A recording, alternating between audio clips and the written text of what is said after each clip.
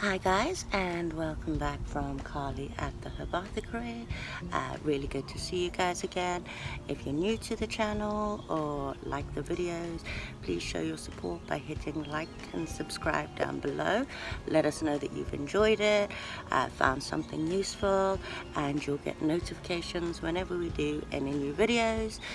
We do have ones on everything from crochet to macrame to hundreds of foraging videos and recipes, identifications, and soups, stews, risottos, lots of videos. Hope you enjoy them.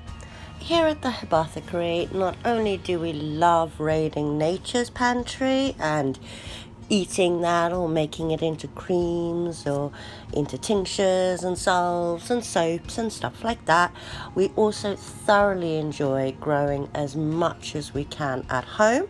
And that's not just the wild foods, that's also a lot of cultivated items. So today we are out in the Herbothecary garden, and we also really enjoy repurposing items. Don't let anything go to waste. So in today's video we are out in the garden, as I said, and we are going to be hand pollinating some of our strawberries. We are going to be looking at a few repurposed or DIY makeshift trellis ideas that we use in our garden for climbers and stuff like that.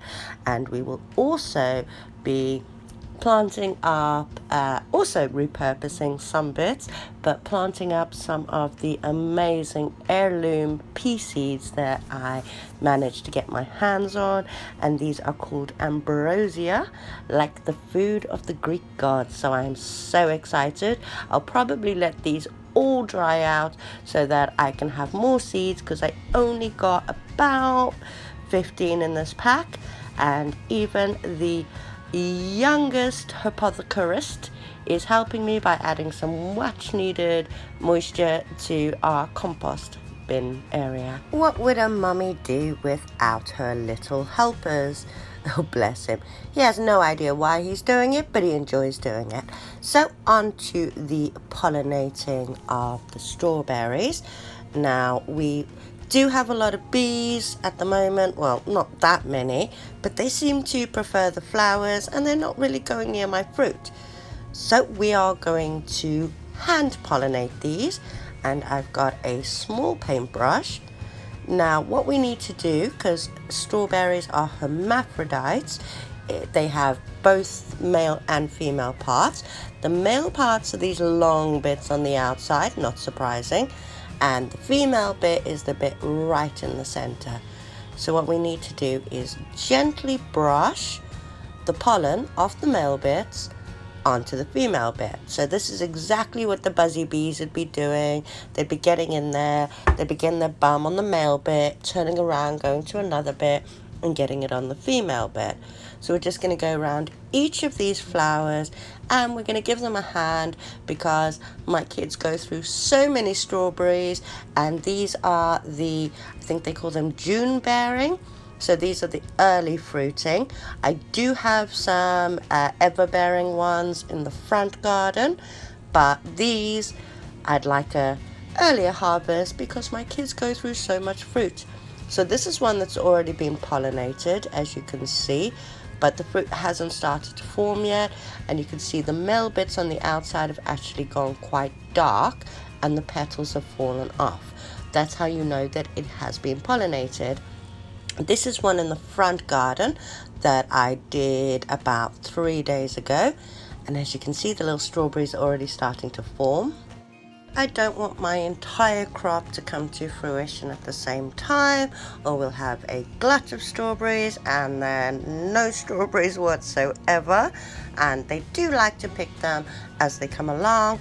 I go and do each of the little flowers as they open, and as we have 40 plants, I do a couple of pots a day. So on to our trellis ideas, and this is our peas, and everyone who knows growing peas, they do need something to climb on.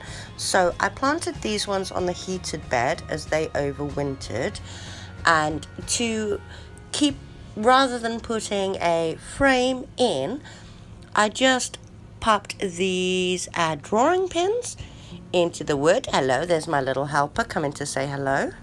But back to the trellis, as I didn't have string at hand, I just used wool and linked it to all of the drawing pins. Of course, we do have some traditional teepees, but I guess that too was recycled and repurposed, as one of my neighbors was throwing it away because the wire in between was bent. So we brought that home, straightened it, and are using it. I initially placed the strings, or the wool rather, when they were young and small and didn't need much support, but as they're getting much bigger now, I've got some string and I'm just going to put in some extra support. So using those same drawing pins and a roll of string, I'm going to re-support these and just keep wrapping it along to make sure that they all have something to climb on and some support, so that they don't hang over and my peas don't get stuck on the ground. Now this does go all the way up to the top, and it is about 5.5 foot. They can get a bit bigger, but at that point I'll probably just top them off. And I've got use it for curtain wire, the little hooks. I've got that at the top and I just tie it through that. I know it's not the prettiest, but that isn't the purpose in this area. My little man eats so many peas, so what I want is them supported and not dying. So that's absolutely fine. I have got a couple more started on the other window, but they're still babies. So I've just done 4 or 5 layers for those. I do pull the drawing pins out and space them slightly further apart when they get a bit bigger. Now this row of carrots, I know I digress, I purposefully oversowed this area because these tiny little baby carrots are an absolute favorite of my little man. Now those ones are a bit too small, I hope I haven't killed them, but here where they're oversown and too close together, if I just pop one out, this is a good thick one, and then we have a baby carrot, and he'll even eat them covered in mud. As you can see, they're quite tiny, not even up to my first knuckle, but he absolutely loves them and he eats them greens and all. So there we go, he can have some of those carrots, and we'll go over into the front garden and look at some of the other trellis ideas we came up with. So my neighbor on the right, you can actually see the corner of their garden, was dismantling their chicken coop, and they had all of this metal gating, I guess.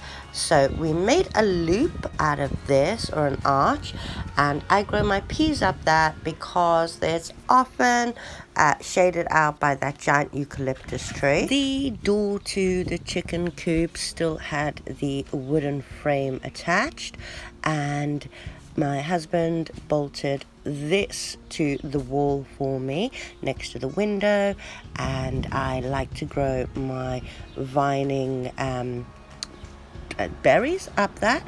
So we have our raspberries that have just come back into leaf. There is another berry in there with it, but it isn't vining, and I can't remember what it's called. It's a little yellow one. And obviously my beautiful fairy garden always has to have a look in. So as I said, we use every spare inch we can. So on the other fence between my other neighbors, we used more bits of that wiring or gating to attach that to the fences. And up here I have my grapes growing. Now I'm going to plant some other climbers in the bottom ones, and again we use every bit of space. So this caravan we haven't got rid of yet, I'm growing on there too. We also got a few of these wall hanging growing thingies.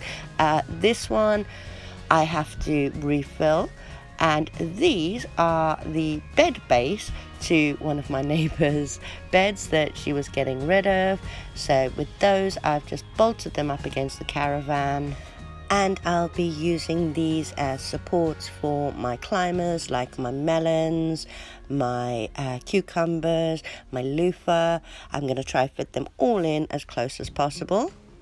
All sun-loving crops, and this area of the garden not only gets the longest period of sun during the day, but the caravan also maintains the heat during the night so they don't get too cold at night. As you can see, we're also using a string trellising system. So I will wrap that string around the tomatoes as they grow rather than using stakes. And then, as you'll see in a second, they are tied up at the top to a screw that I've just attached to the caravan. I will eventually get round to moving these peas back so that they can grow up the up the trellis rather. And I have been snipping out the suckers from in the elbows and popping them in water to see if I can propagate them. So now into the back garden where I do all my potting, and we reuse everything like I said. So I've got these toilet rolls and an empty fruit container. Once the peas that I'm planting today have grown on, we do grow micro crops in those. So to reuse the toilet rolls, I just do 4 snips, 1 at 12, 3, 6 and 9. And by doing this, we're avoiding root disturbance because peas do not like having their roots disturbed once they're growing. So once the peas are grown, this entire tube can just be popped into wherever it's being planted out, and it will break down over time. So by folding in the ends, we're just stopping the soil from falling out, and by popping it in this fruit container, we're keeping them upright and together and not falling over.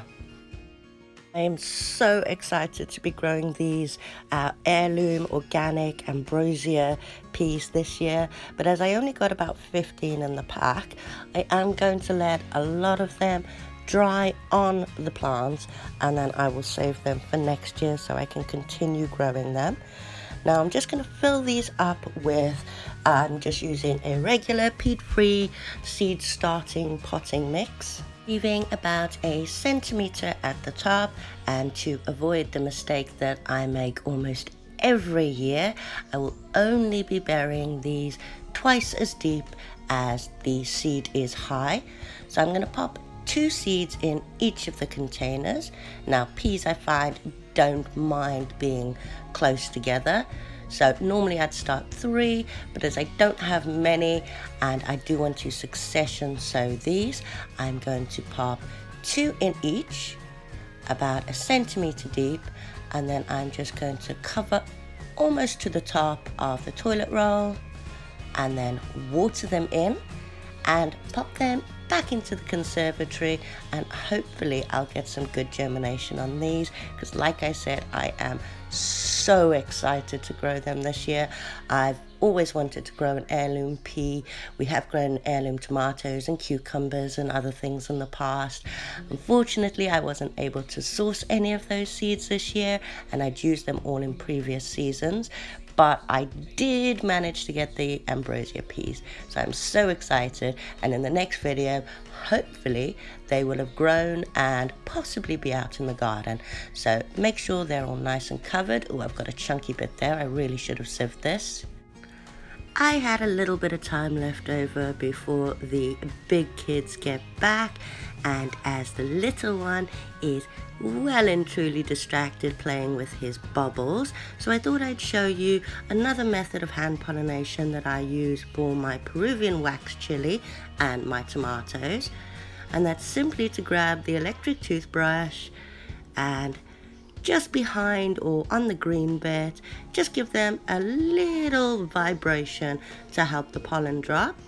And as you can see, I've got at least 3 little baby chilies. These flowers opened last week, so I did this hand pollination or toothbrush pollination method last week on this one, and there we already have a little chili and a slightly bigger one hiding in there.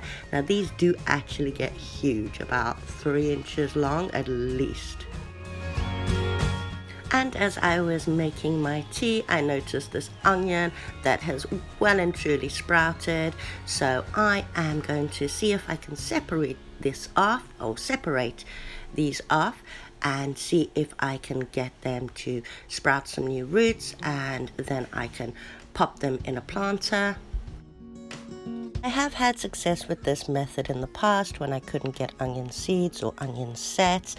I did find that the onions didn't grow nearly as big as the original onion was, but they did produce a lot of greens, so we harvested them off and ate them like that. But as you can see, I've got one here that I can just pull off. All those excess bits will go into my composter, so that's one. But in this one there seems to be 2 sprouting, so I'm just going to peel off that last layer and then try separate these 2. Now as you can see, that one's already got some little roots, so hopefully we'll get some success. Now the hard bit's still attached to this one, so I'm just going to break that off carefully and hopefully leave some of those roots. So I'm going to pop these on a windowsill and hopefully they will sprout some more roots, and as I said, I can just pop them into the ground. I do have a lot of onion sets this year, so I will be starting those as well, and this will be an experiment. I hope you guys enjoyed this little trip around our garden and gardening with me. I hope you guys give some of these a go. If you do, please feel free to comment down below. Tell us if you've tried any of the trellis ideas, if you too grow your peas in toilet rolls, I guess. And please hit like and subscribe if you did.